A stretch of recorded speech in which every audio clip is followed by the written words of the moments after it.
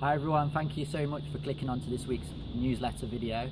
In this week's video I'm going to be talking to you about why BMI is not important.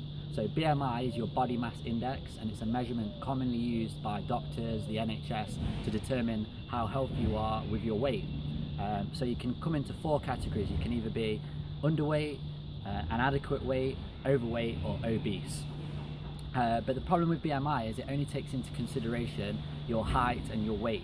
So that's all good and well if you are of a healthy weight and a normal height for your age, but it doesn't take into consideration your fitness levels and your body fat percentage and your muscle mass. So a better measurement than BMI is body fat percentage, but also your lean muscle mass and your fat mass in kilos or in stones, if that's your measurement that you're going to use. So what I do with my clients is we use body fat calipers to take their measurements, and this gives us a skin fold test, and from that we can determine somebody's body fat percentage.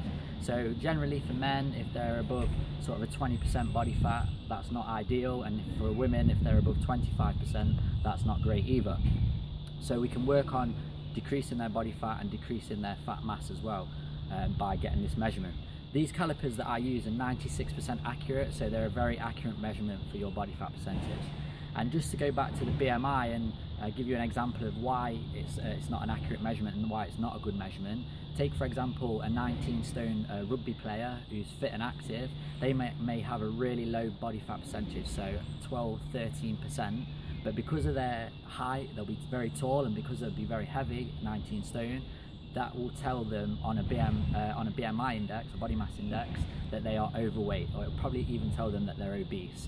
But we all know that they're not. They're fit and active and they've got a low body fat percentage. So that's an example of why body mass index is not a good measurement and why you should always go for body fat percentage. So bear that in mind when you're doing your measurements. It's always good to have as many measurements as possible, but try and get a body fat percentage reading, and then you can find out whether you're an adequate weight and if you're healthy, and you can work on getting that body fat percentage down. So thanks for watching this video.